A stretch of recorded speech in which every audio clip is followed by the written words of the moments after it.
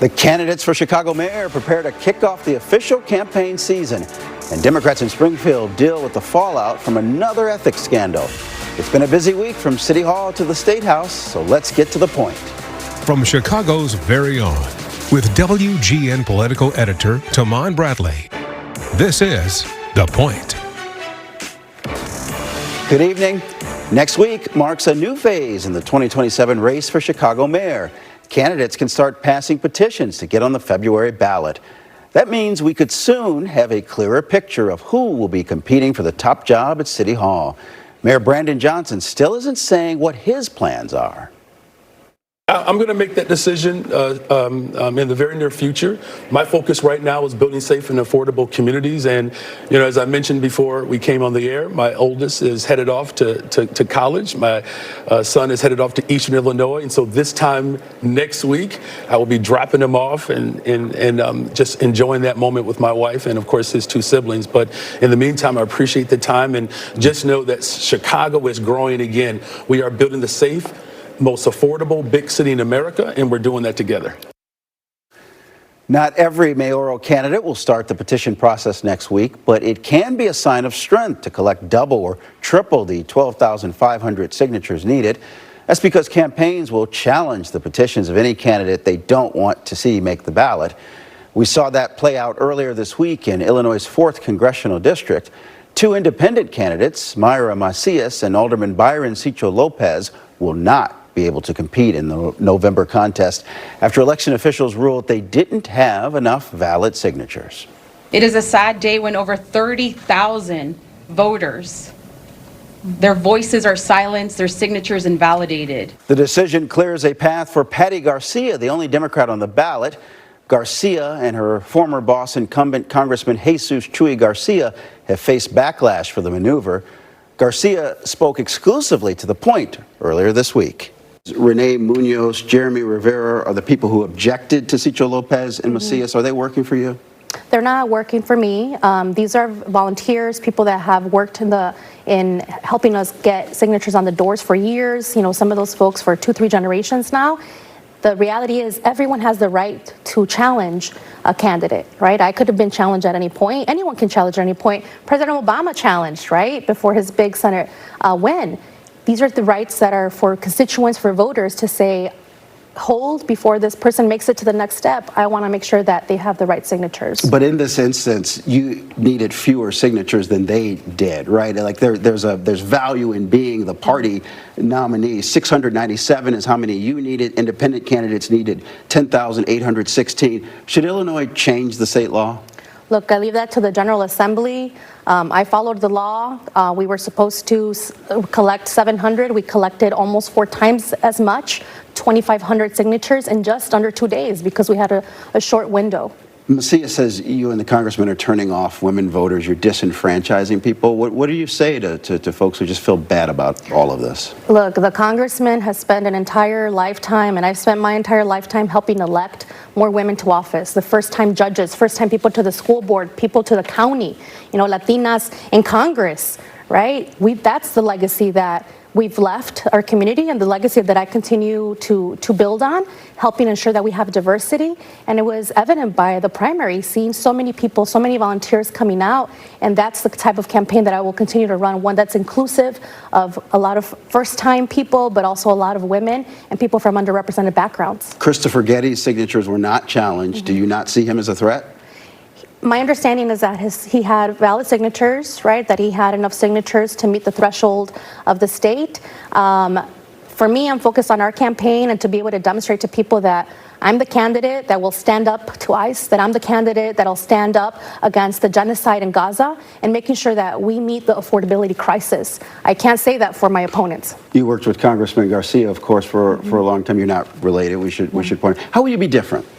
I think where I said a little bit of difference, right, is I do want to be a little bit more intentional about the work around education. My passion is education, civic education, but also education and labor education and workforce, making sure that we're thinking about the jobs of the future and doubling down on public education and public schools. I think there's a huge fight right now at the federal level, and we're seeing it play out here in Chicago with the school board elections as well. There's a fight to privatize education, and we need to make sure that we protect public schools and public education, because that's the fundamental kind of democracy that helps fuel and inspire the next generation to be involved. So for me, that's one of the areas that I really will be focused on a little bit more on the education sector. This whole thing left a bad taste in a lot of people's mouth. How do you, Macias and Cicho Lopez, put this thing back together? You all play for the same team. If you win, they may come for you in a couple of years here. Your congressional colleagues, if you win, might say, well, you know, we reprimanded her boss who set it up, who set her up to just sort of have this seat.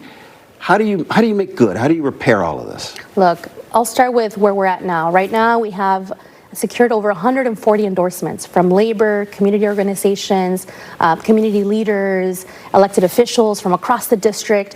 I've also secured the endorsement of the Congressional Progressive Caucus, which is the largest caucus in D.C. I hope to continue to work with these folks that I've already demonstrated, right, through my work in the last 8 years with them, who I am and my values. My hope is that with some of these opponents that might be unhappy is to bring them to our campaign and ensure that we can get to November, not only win our election, but take back the House. That should be the focus right now.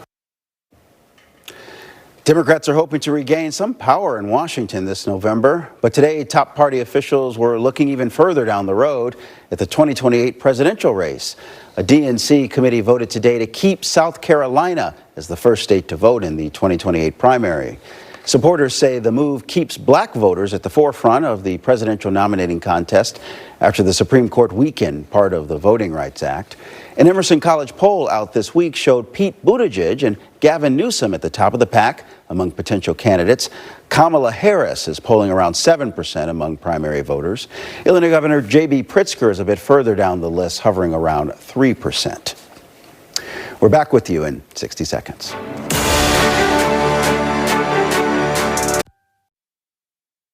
There will be plenty of eyes on the Illinois State House in the coming week. The Legislative Ethics Commission voted unanimously yesterday to publish a report detailing alleged misconduct by former state rep Harry Benton.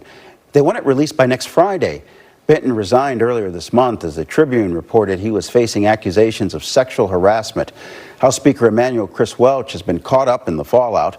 Democrats are not happy with how his office reportedly handled complaints about Benton in 2023, and Welch's own behavior has been under a microscope.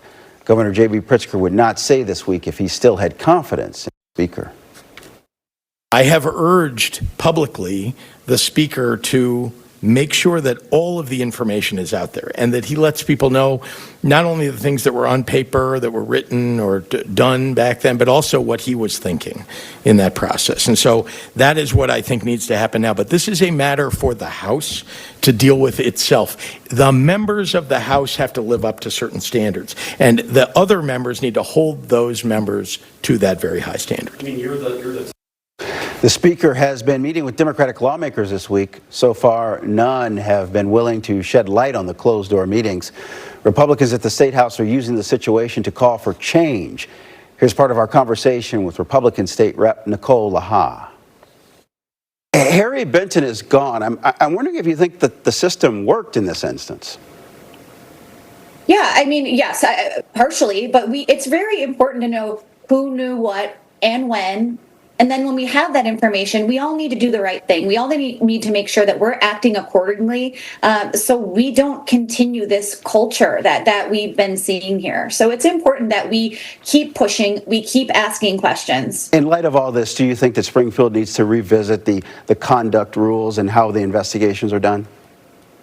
Well, House Republicans have long been calling for ethical reform in the form of legislation. It's nice to see that we're starting to get some support, especially, from the Democrat ladies on the other side of the aisle. It's just really unfortunate now that there are more victims. Let's call the bills. They're there. I'm just wondering, are there problem lawmakers, lobbyists, staffers, other actors in Springfield that people kind of know about and nothing's been done about them? I mean, we can't legislate better behavior, but we can make sure ethic laws are in place and in the books if that behavior should arise, and people should be held accountable.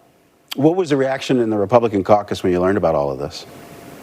I'll be completely honest with you. This has been a lot to process. It's been a lot to hear all of the stories. It's been a lot to hear the dialect back and forth. That's why transparency is so important in this process. We need to make sure that we bring back trust to the General Assembly. We need to make sure that, we are being transparent. That's why people don't trust government right now. We need to get back to stronger relationships with the people we serve. And to be completely honest with you, the people in Illinois should be really disappointed by this. There are a lot of things in Illinois that we should be fixing, and talking about unethical behavior is not one of them right now. The harassment culture. Is there a harassment culture? Is it worse than other environments and workplaces, you think, in Springfield?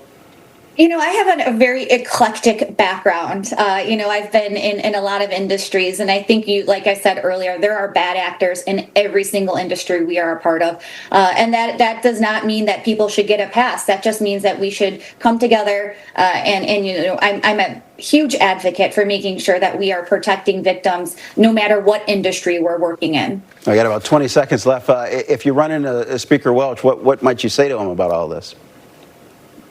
There's a lot going around right now. The speaker needs to be transparent through this whole process. Tonight, a tip of the hat to Daryl Denard of Chicago Speaks. It's a public affairs radio show on V103 Sunday mornings. The bookings are impressive. Top city leaders and voices routinely come on, and the conversations are enjoyable. And that is the point for this week. I'm Tahman Bradley. More news ahead tonight at 9 o'clock. Don't forget about the forecasters up next on WGN+. Good night.